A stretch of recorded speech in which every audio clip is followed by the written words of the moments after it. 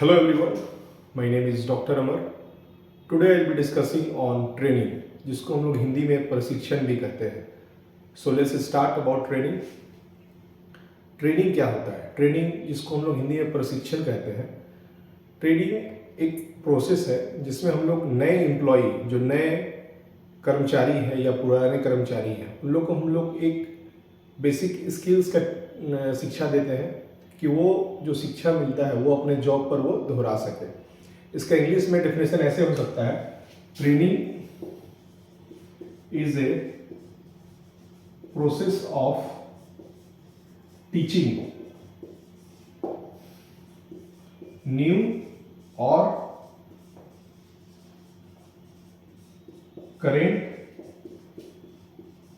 Employees the basic skills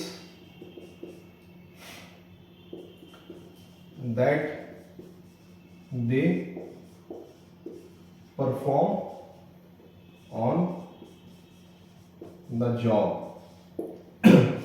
तो training क्या होता है? Training is a process of teaching.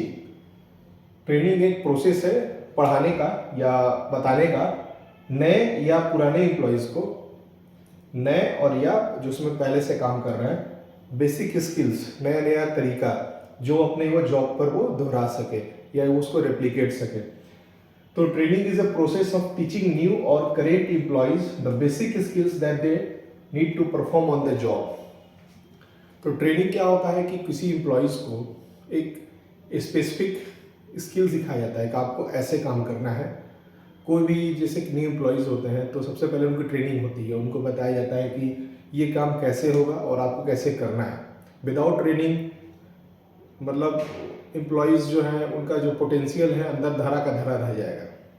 जैसे कि आईएएस लोग भी बनते हैं, चाहे आईपीएस बनते हैं, पुलिस, सबकी ट्रेनिंग होती है कि आपको काम कैसे कैसे करना है. वो ट्रेनिंग उन लोग को आगे जाके काम आती है. तो इसमें हम लोग आगे बढ़ते हैं कि ट्रेनिंग का नीड क्या है, ट्रेनिंग का जरूरत क्या है, क्या क्या जगह ट्रेनिंग का जरूरत है. पहला जरूरत है अपने जो कर्मचारी हैं उन लोग का परफॉर्मेंस को इम्प्रूव करना, एम्प्लॉय परफॉर्मेंस को इंक्रीज और इम्प्रूव करना. आपके जो एम्प्लॉयज़ हैं उनका परफॉर्मेंस ट्रेनिंग देकर उन लोग को और अच्छा से सिखा दें कि कम समय में ज़्यादा आप कैसे एफिशिएंट हो सकते हैं, वो हो गया.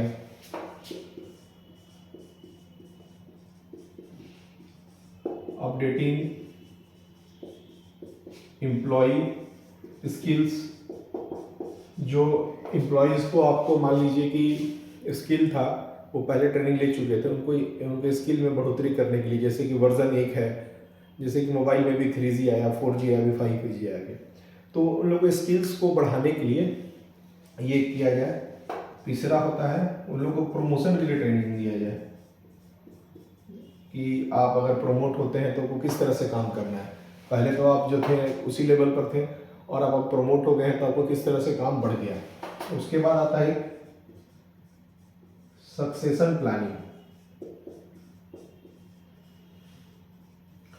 सक्सेशन प्लानिंग क्या होता है कि जैसे कोई एम्प्लॉयज़ हैं उनको कोई हायर पोजीशंस मिलने वाला है, ठीक है, और या कोई हायर पोजीशन से वो अभी रिटायर होने वाला है, तो अपने जो इमीडिएट नीचे के एम्प्लॉयज़ हैं जो उनके सबऑर्डिनेट हैं उनको ट्रेनिंग दिया जाता है कि उनका पोजीशन को किस तरह से आप ले लें और आपको डिफ़िकल्टी ना हो कि किस तरह से ऑपरेट होता था वो.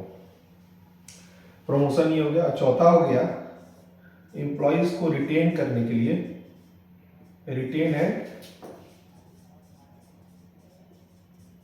अपने आदमी को उसी कंपनी में रिटेन करने के लिए भी ट्रेनिंग दिया जाता है और उनको मोटिवेट किया जाता है कि आप इसी कंपनी में रहिए, और उन लोगों को मोटिवेट किया जाता है कि आप इस कंपनी में बहुत चीज़ अचीव कर सकते हैं, आपको घबराने की ज़रूरत नहीं है, मैनेजमेंट आपके साथ है.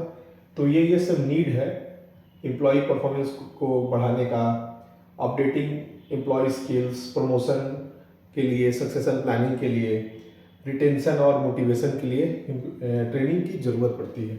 आगे बढ़ते हैं हम लोग.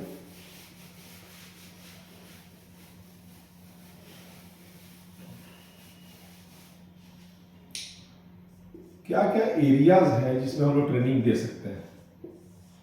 एरियाज मतलब किस किस मतलब जगह पर उनको ट्रेनिंग दिया जा सकता है। पहला, कंपनी के पॉलिसी के ऊपर ट्रेनिंग दिया जा सकता है और उसके प्रोसीजर के ऊपर कि कंपनी का जो पॉलिसी है आपको इस तरह से काम करना है, उसके ऊपर ट्रेनिंग दे सकते हैं। फिर मैनेजिंग ह्यूमन रिलेशंस, जैसे कि एम्प्लॉयज़ जो कंपनी के उनको इंटरनेशनल रिलेशंस भी मेंटेन करना है, उनको सप्लायर से भी अच्छे से रिलेशन बना कर रखना है, उसको कस्टमर से भी अच्छे रिलेशंस बना कर रखना है, उसकी भी ट्रेनिंग होती है।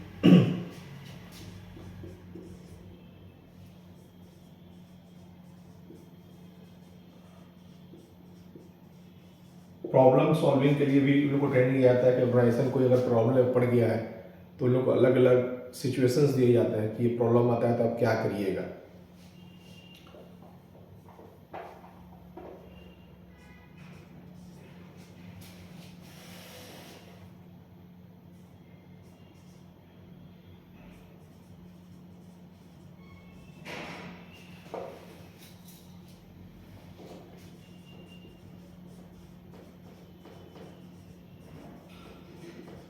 To manage and improve the skills of employees, उस एरिया में भी ट्रेनिंग की बहुत ज़रूरत पड़ती है।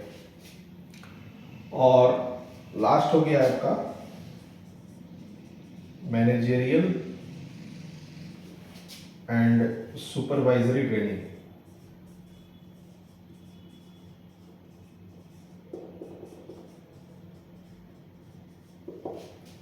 तब ये सब एरियाज में ट्रेनिंग की ज़रूरत पड़ती है, जैसे company policies and procedures, managing human relations, problem solving के लिए manage and improve skills of the employees, managerial and supervisory training दिया जाता है कि अगर आप मैनेजर बन जाते हैं तो किस तरह से आपको काम करना है, और सुपरवाइजरी अगर आपको सुपरविजन दिया जाता है कि कितने आदमी को देखना है, आपको फ्लैट स्ट्रक्चर है कि टॉल स्ट्रक्चर है, उसके लिए भी ट्रेनिंग दिया जाता है।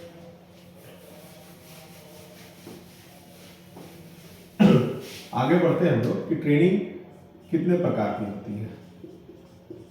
ट्रेनिंग दो प्रकार की होती है, एक होती है ऑन द जॉब और एक होती है ऑफ द जॉब।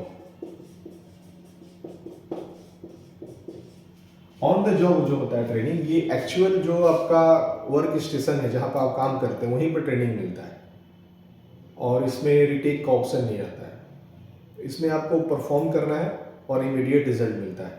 और ऑफ द जॉब जो होता है इसमें एक्चुअल वर्क स्टेशन पर नहीं होता है, ये आपके वर्क स्टेशन को छोड़कर जैसे कि कोई अलग जगह पर होता है और उससे इफेक्ट नहीं होता है। इसमें ऑन द जॉब में इमीडिएट इफेक्ट होता है और इसमें है कि अगर आप गलती करते भी हैं तो फिर आपको एक मौका मिलता है।